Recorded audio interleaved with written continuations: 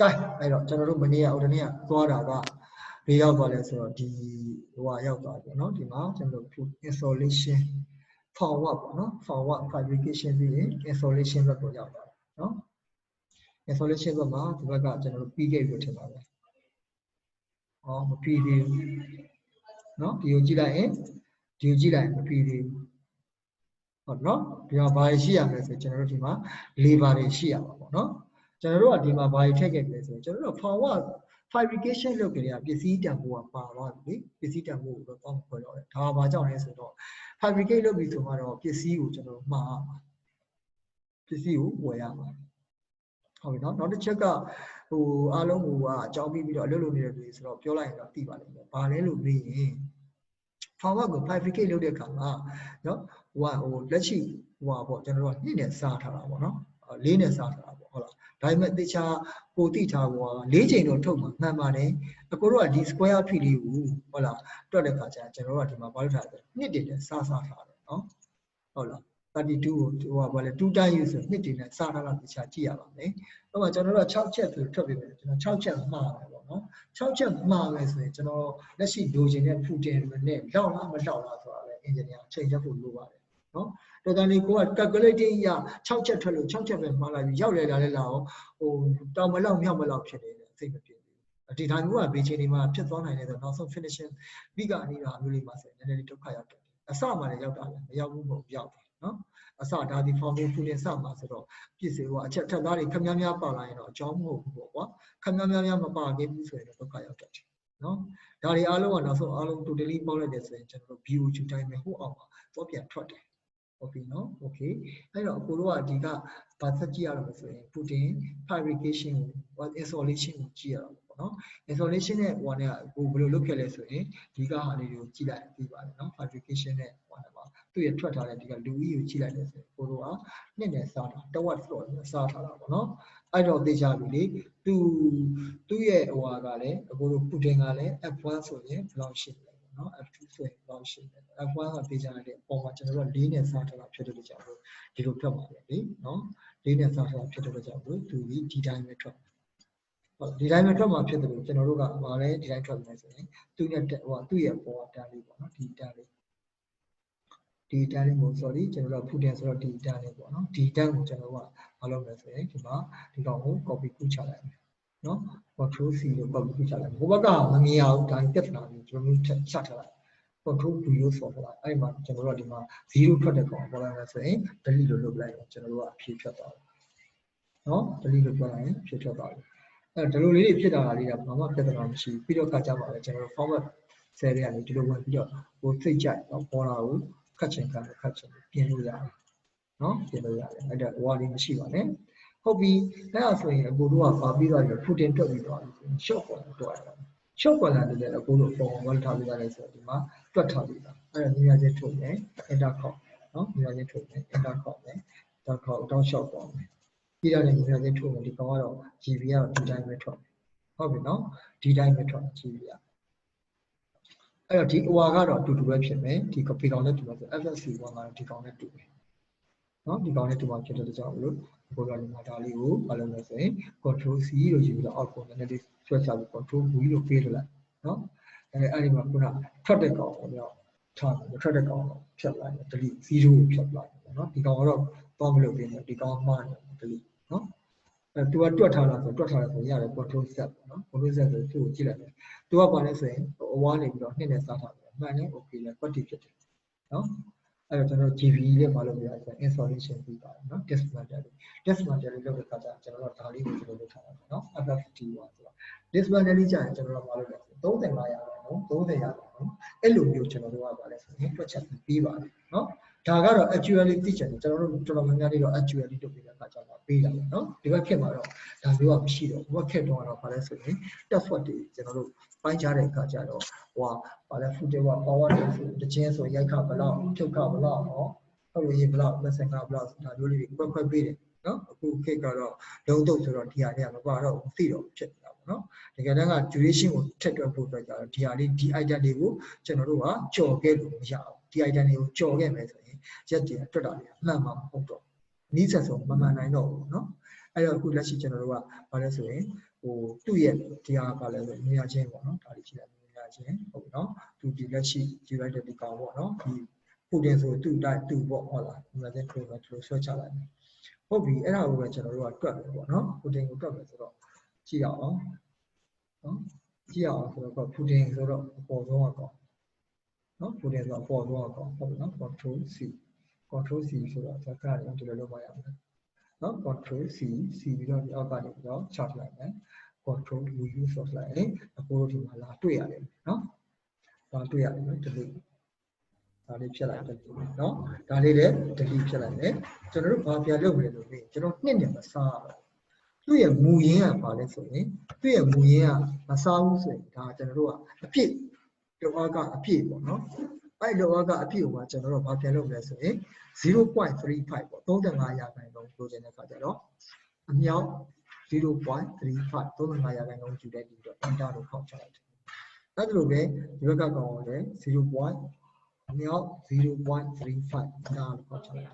ဟုတ်ကဲ့ပြောပါခင်ဗျဟုတ်ကဲ့ခင်ဗျဟုတ်ဆရာဟိုလေဟိုနေ့ကကျွန်တော်တို့က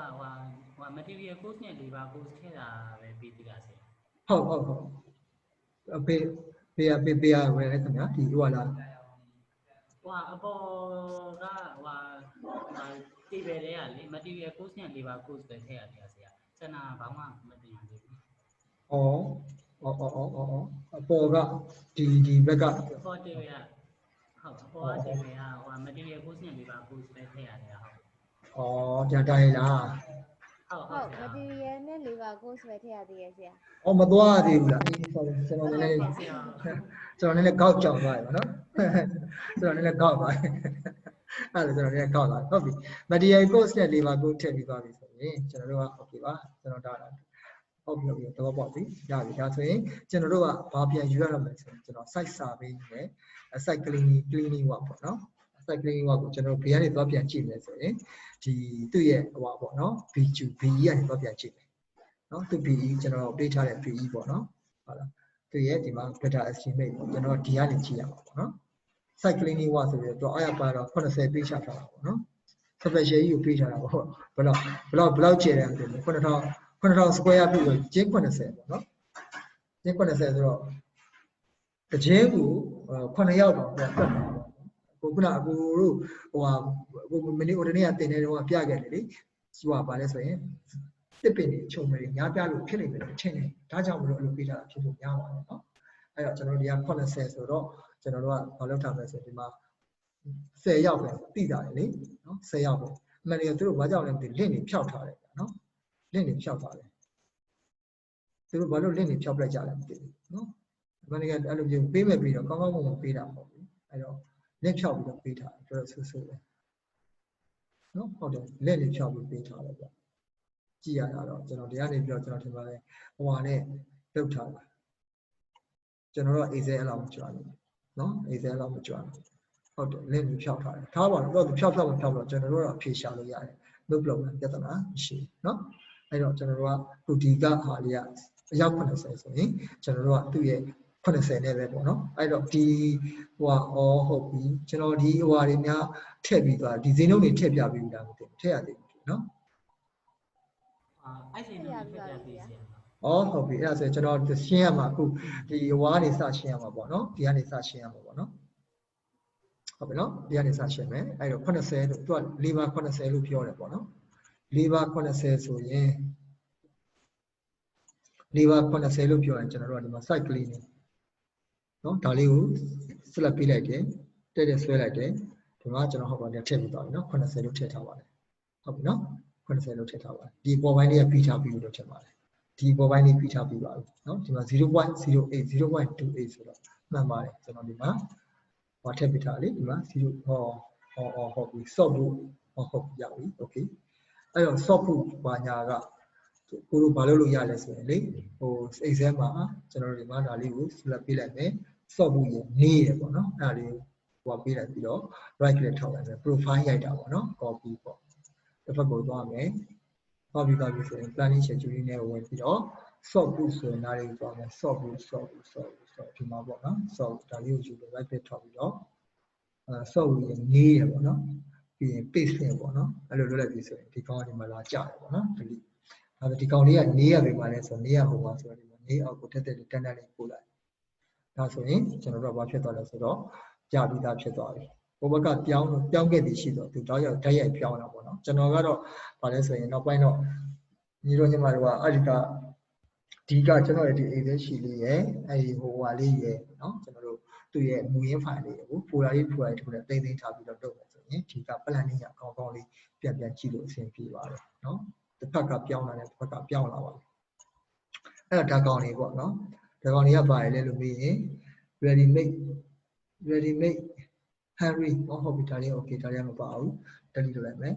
အဲ့တော့ကျွန်တော်ကဒီကောင်ပါလို့ right click ထောက်မယ်နော် right click ထောက်ပြီးတော့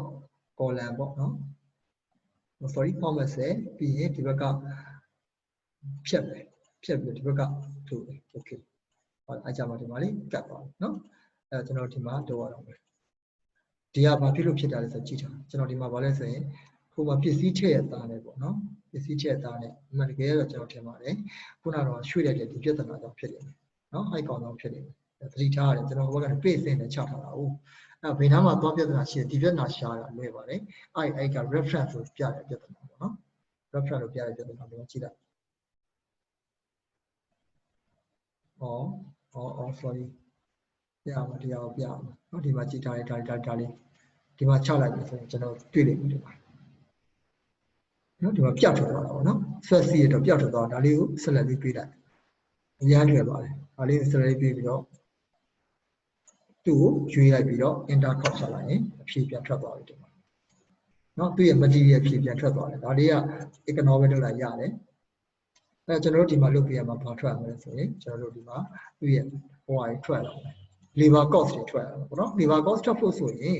ကျွန်တော်တို့ကဒီမှာကြည့်တဲ့အခါကျတော့ surveyor ရဲ့ carpenter ရဲ့ worker ရဲ့ရှိတယ် right click ထောက်မယ် copy ကူးမယ်နော် surveyor ရဲ့ carpenter ရဲ့ worker ရဲ့ surveyor carpenter worker နော် surveyor ကဘယ်မှာလဲဆိုရင် surveyor တော့မပါဘူးဖြစ်နေနော် okay အဲကျွန်တော်ဒီဘက်မှာသိကြရတယ်မပြီးသေးဘူးဆိုတော့ကျွန်တော်ဘာလုပ်ပြရမလဲဆိုတကြောင်းထည့်ပြရကြိုက်တဲ့နေရာနေပြီးကျွန်တော်တို့ထည့်လို့ရတယ်နော်ဒီမှာ surveyor မပါဘူးမပါပြီးတော့ escape ထွက်လိုက်နော် escape ထွက်ပြီးသူ့ကိုဒီကနေပြီးတော့ယူလိုက်မယ် right click ထောက်မယ် insert column လုပ်လိုက်နော် insert column okay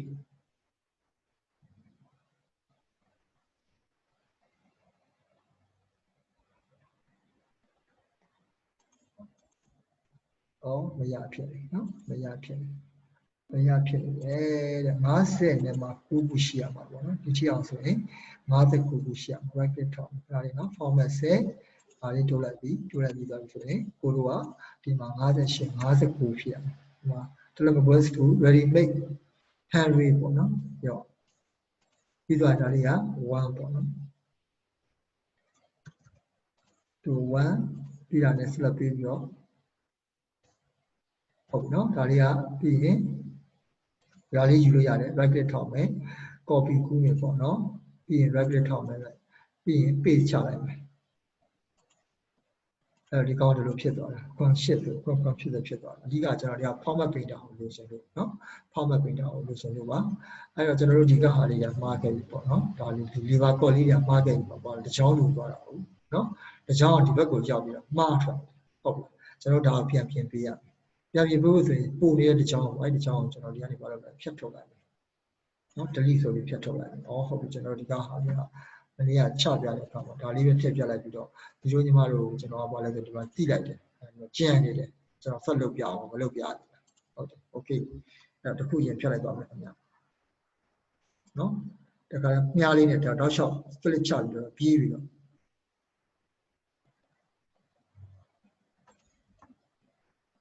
နော်ဒီရောက်တော့မယ်ဒီမှာကျွန်တော်ပြောလို့မျိုး plus ဝင်စားဟုတ်ပြီနော်2 into 2 ဝင်ပိတ်ပြီးရင် plus ဝင်စားဟုတ်ပြီနော်2 into 2 ဝင်ပိတ် plus ဝင်စားဟုတ်ပြီနော်2 into 2 ဝင်ပိတ်ဟုတ်ပြီနော် plus ဝင်စားဝင်ပိတ်နော် plus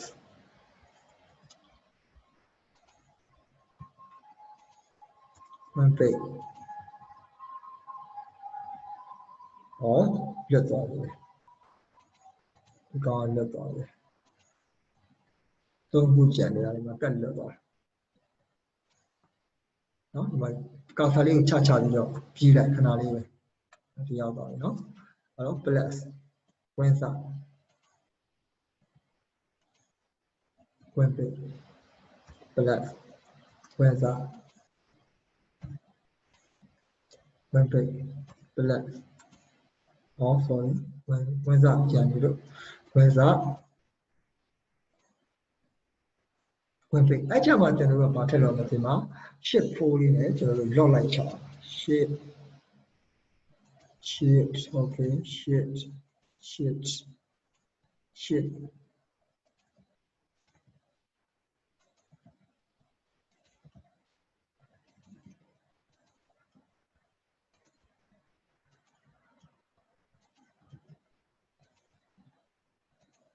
Okay, we are playing in a color. Yeah, that's it. No, that's it. No, dog shot. I'm not sure you know. So we check out straight on the eye.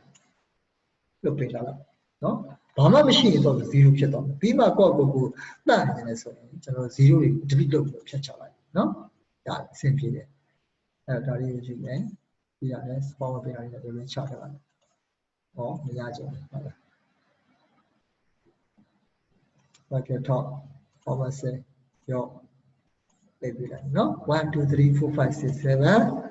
8. No, Savia sort of one retired on it. Yeah, then 2. No, or daughter you are no, sorry. Over go, for a minute. Here, Savia Surali, Jorua, Dima, but I like it of copy you like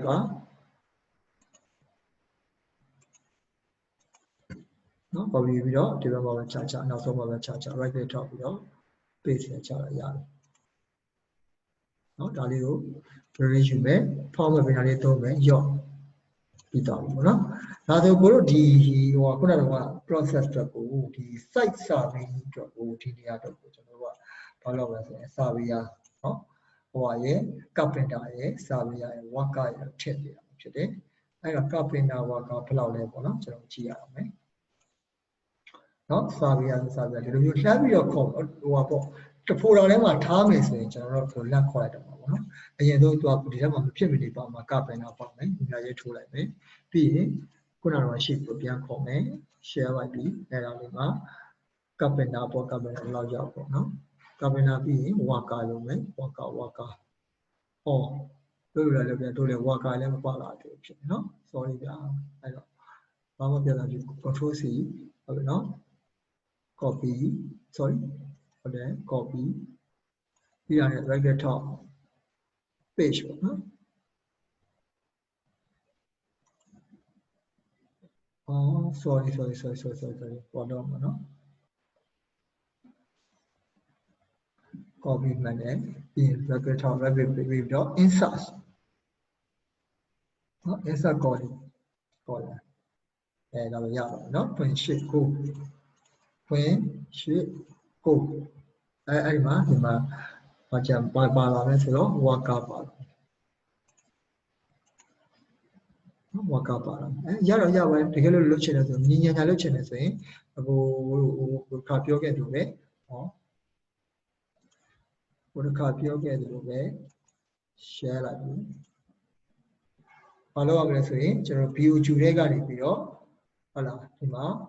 Savia, Nelson, Danya, Daddy Shikulo, like the Tommy, Copy Kume, Pirane, Kunana, General Shiri, Pame, Lani, Shadi Pavido, Namatically what charm, like the Tommy, Face Special, Obino, Hala, the transport being valuable ship, okay, look at that, no, Tazuri, Java, walk out Pavia, sorry, no. Waka 1500တော့ဖြစ်နေဆိုမဟုတ်သေးဘူးကျွန်တော်တို့ဈေးနှုန်းလေးတွေပြန်ပြအောင်မယ်ခုနကတည်းကပြန်သွားမယ်ဟုတ်လားဒီမှာကျွန်တော်တို့ဘာလဲဆိုရင်ဈေးနှုန်းလေးတွေပြန်ပြရမယ်ဒီမှာဈေးနှုန်းလေး target ထောက်မယ် copy နော် copy ခုမယ်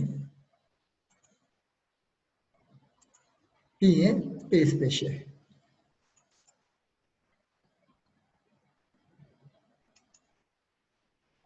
value transport okay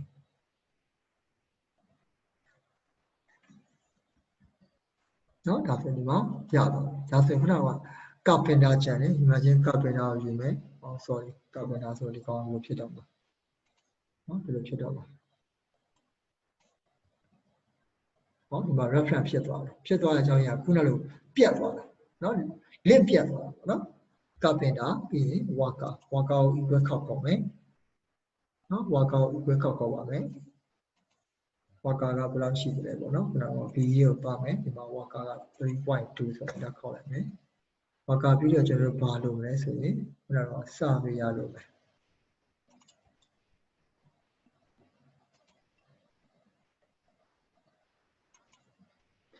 နော် surveyor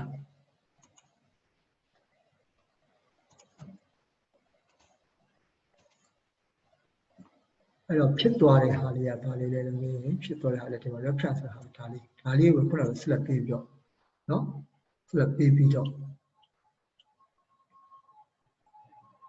ဒီနေရာလေးပေါ့နော်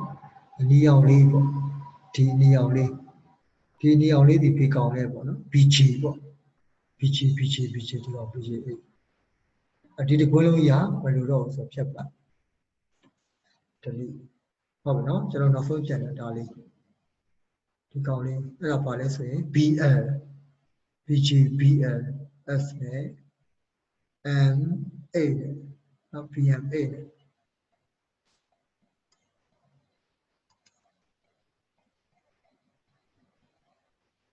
နော် okay ကြောက်ပါတယ်ပေါ့နော်ဒါဆိုရင်ဒါကျွန်တော်တို့ preliminary work လုပ်တဲ့အလုပ်ပေါ့နော်ဒါတကယ် estimate ထဲမှာပါတဲ့ဟာလည်းတော့ပြီးသွားပြီဒါဆိုရင်ကျွန်တော်တို့ကဒီ substructure work ဘာညာ site fencing work တွေပါလို့ဆိုတော့ကျွန်တော်တို့ကခံမှန်းကြည့်တယ်ပေါ့နော်ဒါကတော့တကယ်ကျွန်တော်တို့ site vacation တွေပါတွေသွားပြီးတဲ့အခါကျမှလာတယ်အဖြူမဲ့ပေါ်နိုင်ပါတယ်ခင်ဗျဒီတိုင်းကတော့ကျွန်တော်တို့လည်းခံမှန်းတော့ပါပဲထည့်လို့ရပါတယ်နော်ဒီနေရာမှာဘယ်လိုလုပ်ဆိုဒါကတော့လုပ်ငန်းရှင်ရော engineer ရောလက်နဲ့ချင်းဆိုင်ပြီးတော့လူဘယ်လိုထားမှာလဲငားထားမှာလားဒါမှမဟုတ်ဒီထဲမှာပဲစောက်ထားမှာလားအပြီး fence ကိုဘယ်လိုကာမှာလဲမကာလို့မရတော့ကြောင်းထဲမှာဖြစ်တဲ့ကြောင့် fence ကို side fence ကိုသုံးရတော့မယ်နော်အဲ့တော့ our excavation ကိုကျွန်တော်တို့တွက်မယ် our excavation ကိုတွက်ဖို့ဆိုရင်သူ့ရဲ့ estimate ကိုကြည့်လိုက်မယ်နော်သူ့ရဲ့ estimate ကိုကြည့်လိုက်မယ်နော် our excavation မှာကျွန်တော် worker နော်သူ့ရဲ့ total cubic feet နော် A ကအလုံးပေါင်းကဘယ်လောက်ရှိလဲဆိုဒီလောက်ရှိတယ်ဒါပေမဲ့ကျွန်တော်တို့ကဒီမှာမသိရအောင် detail တွေကိုသွားကြည့်မယ် our excavation ကိုသူပြောတာ for retaining wall ကျွန်တော် footing ပဲရင်တူကျွန်တော်တူလေး footing တူတဲ့က footing များချင်း2 plus 2ပေါ့နော်အဲ့ဒါပေါ့နော်ဒီလောက်ရှိတယ်ကျွန်တော်ဘာလုပ်ပါလဲသူ့ကိုပေးတူမယ်ဆိုရင်ဘယ်ပိုင်းလဲဆို၄ပိုင်းဖြစ်တဲ့ကြောင့်ညချင်းသူ့ဒီအစား၄နဲ့အစားနော်အဲ့ဆိုရင်ကျွန်တော်တို့ဒါလေးရတယ်ဒါလေး bracket ထောက်မယ်ဘာလို့လဲဆိုတော့ copy လုပ်မယ်ပြီးတာနဲ့ခုနကအထည့်ဦးသွားမယ်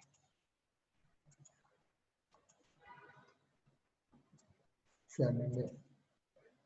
okay ဒီနေ့တော့ပြီးတော့ကျွန်တော်တို့ဘာလုပ်ပါလဲဒီနေရာမှာပေါ့နော် bracket ထောက်ပြီးတော့ကျွန်တော်တို့ကဘာလုပ်လို့ဆိုရင် paste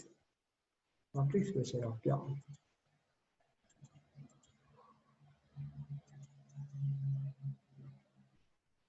paste ပြတ်ထားတယ်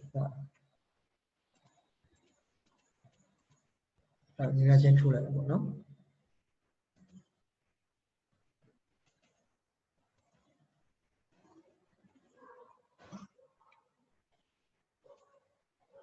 နော်ဒါလေးရောက်ပါတယ်ဒါလေးရောက်သွားပြီဆိုရင်တော့တယ်ကျွန်တော်တို့ဟိုမှာနောက်က formula သုံးထားပြီးသားဖြစ်တဲ့အတွက်ကြောင့်တော့ပြောင်းသွားပြီအဲ့ဒါမရှိတော့အဲ့တော့ retaining wall ညသွားမယ်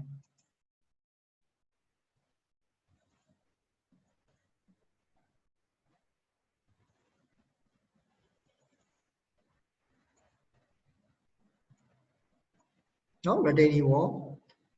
ဟုတ်တယ်အခုလိုဒါကြီးရောက်သွားဆိုပြီးတော့နော် retaining wall မြင်ရလို့တယ်နော် retaining wall ကကြတော့ဒီမှာအောက်မှာရှိပြီးသားနော် brace step ပါညာကိုဒါလေးပဲအဲ့ဒါလေးကိုညီညာချင်းထိုးမယ်ဟုတ်လား S1 ဝင်စားပေါ့နော်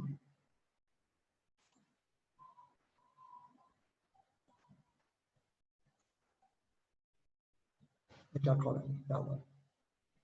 နည်းနည်းတော့လွဲနေတာနော်ပူတင်တွေကရတင်ဒီကို extraction y-traction ပူတင်တွေကနည်းရတင်ဒီကိုတွေကများနေနော်ထားရတော့ဒါသိတဲ့ချက်ပေါ့အဲ control C control V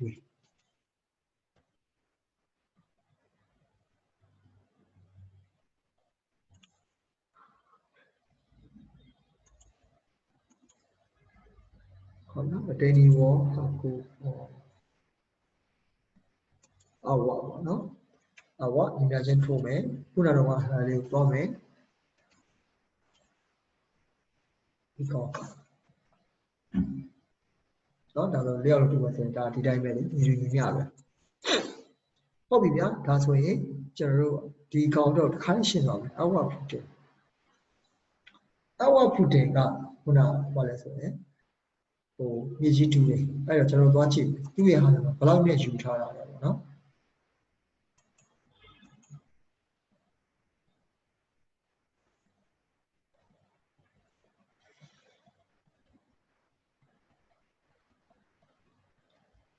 ဟုတ်အခုကြည့်မှာကဘာလဲဆိုတော့တယ်လီရောပါလာဆိုတာမြေတူးတာလူတွတ်တာဘယ်လိုတွတ်ထားလဲပေါ့နော်အဲ့ဒါလေးကြည့် for sure လေးရှုလိုက်အဲ့တေချာပါလေ B လေးကိုတော့ B လေးကိုသွားဟာကိုဒီဝါစီစစ်လေးကိုပဲဖတ်ခဲ့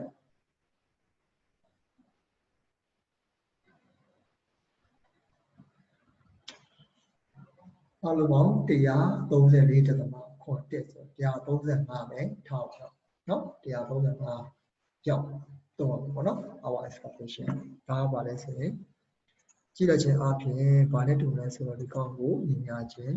သူအမြောက်3ပေါ့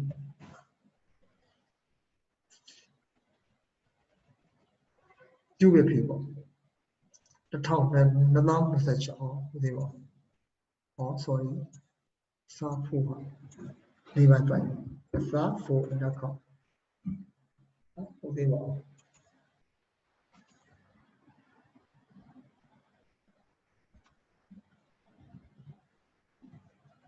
sorry ဟောလိမယ်1683.88အဲ့ဟာကဘာလဲဆိုတော့ဗျာ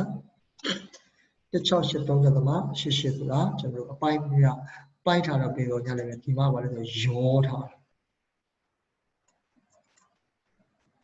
เนาะဒီမှာ our exclamation မှာဒီမှာရောထားဟာကိုကဟုတ်ပြီဖူတင်ဟောကတင်ဒီဝါအကုန်လုံးပဲเนาะကတင်ဒီဝါဟောမှာမလို့အမှန်ပြောမှန်ဒီသွားခတ်ထားတယ်เนาะခတ်ထားတယ်သွားခတ်ထားတယ်เนาะပတ်သက်ပို့ခေါ်လိုက်တာပေါ့เนาะဒီကောင်ကိုနားရထုတ်မယ် our exclamation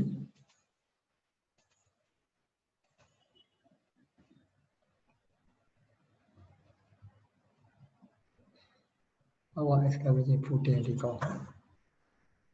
ဟုတ်ပါပြီနားနေပါပြီပြန်လာနေပုံနေပါပြီเนาะအဲ့တော့ဗျာသူကဘယ်နှယောက်လဲဆိုတော့ကျွန်တော်တို့ကထင်ပါတယ်2ယောက်နဲ့တွက်တာဖြစ်ပုံရတယ်ဘယ်လိုတွက်တာလဲဆိုတာကိုက BE ကဖြစ်ပြီးပါတယ်เนาะပြောပြန်ပြမယ်ဘယ်လိုလေးလဲဆိုတော့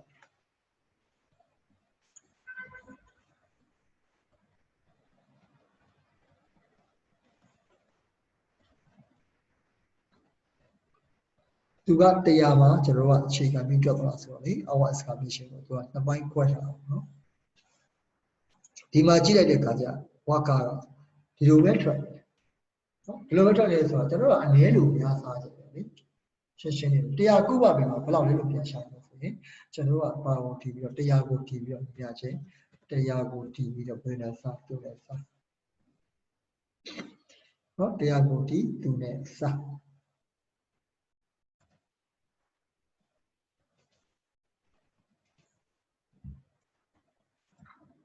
အပြောက်ဒါနော်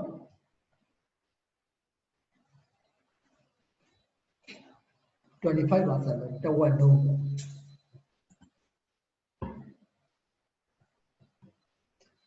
န nếu tụi lưỡi biết trọi đấy thì nó cho nó này nhất gì đấy nó bỏ nó xá lại này thoát bỏ nó xá lại này đúng gì thoát đấy là bla yêu trả lại rồi nó sai không bỏ xá lại được bây giờ thì ta cả không chết trọi được trọi chỗ mà nó lưu ý à cái sau shit tông cho tao mà tông thì lý tông ra lý tông mà rồi cũng mà thì mà giáo sư vẫn thoát được rồi nên là họ nghĩ của nó tôi đi vào số đó anh đi wow lên chạm về là đó số vậy đó bây chỉ mà chạm nên điဖြတ်ပြသွားတယ်ဖြတ်ပြတော့ခြေရောက်ကောက်ဖို့တိတ်အဆင်ပြေဒါပေမဲ့ခက်ခဲလားဆိုလဲခက်ခဲဘူးလေနော်ခက်ခဲဘူးဘာကြောင့်လဲဆိုရင်100မှာဒီလောက်ရောက်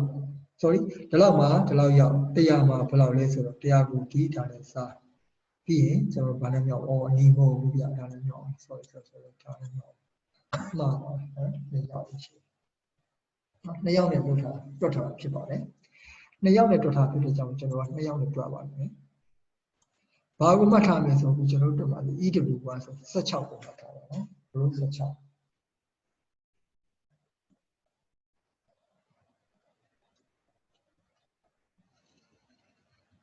အဲ့တော့ဒီကောင်က C ပေါ်လန်က C 16နော်ဝါကမှာ C 16ဘာလဲမြောက်နှစ်နဲ့မြောက်တာဆိုတော့ဟုတ်ပါမယ်ဇာလေးတွေကဒီလောက်ထိတော့ရောက်သွားတာမှန်နေပါပြီဗျနော်လောက်ရပါတယ်ပြန်ဆက်ကြည့်ပါကျွန်တော်ဒီရှိကလေးကဟိုပေးလဲပေးထားပြီးသားတော့ဆိုတော့လေဒါလေးကိုတစ်ချက်လေးကျွန်တော်အဲ့လိုလိုက်ထည့်ပေးနော်ဒီမှာလဲညင်ညာထည့်ရင်မကြပါဘူးဗျအားလုံးညင်ညာလေးပေါ့နော်ကျွန်တော်ဒီနေ့ကြပါဆိုတော့ဆိုရင်ရန်ကုန်ပါဆိုတဲ့ကလေးတွေလုပ်ပေးတဲ့ကောင်မှာအခု400ကျော်တော့တယောက်ကိုဘယ်လောက်စီခွဲရဆိုဆက်အခု20 30ကြီးခွဲပြီးတော့သူတယောက်ကပြန်ပူပေါင်းပေးတဲ့အခါကျတော့အဲ့လိုရှိကောင်းကောင်းလေးတစ်ခုထွက်လာပါတော့အဲ့တော့ဘာလို့လဲဆိုတော့စာဆုံးအလုပ်ကိုခုနကနိုင်နေလုပ်နေတာပေါ့နော်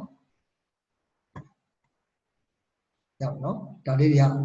ကျွန်တော်ဟိုဘက်ကပူထားပြီးသားပါနော်ပူထားမှတ်ပါရဲ့ဗျမှတ်ပါတယ်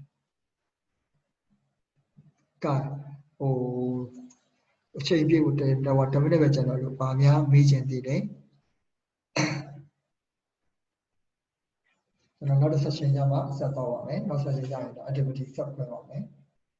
ပြီးအဲ့ရှိအားလုံးကျွန်တော်ပြင်တင်ပေးလိုက်ပါမယ်ကျွန်တော်အဲ့ဒါ video ဘာလေးတွေကြည့်ပြီးတော့ဒီလိုမျိုးတွေအထက်ထဲမှာခွဲထည့်ပေးပါနော်ကျွန်တော်ဘာမှထွေထူးမရှိပါဘူးဘာရှိမလဲဆိုရင်ဟောင်းမှာဆိုရင်တက်ဆက်ထုတ်လို့ဖြုတ်လို့တက်ဆက်ဖြုတ်လို့နော်ပုံမှန်ကျတော့ထုတ်လို့တက်ဆက်ပဲဖြစ်တယ်အဲ့ဒါလေးပဲသိဖို့လိုပါတယ်ဘာလို့ပြောတက်ဝက်နေတာစားလိုက်စုစုပေါင်းတက်ဝက်နေတာစားသူ့ရဲ့လက်ရှိ PE estimate နော်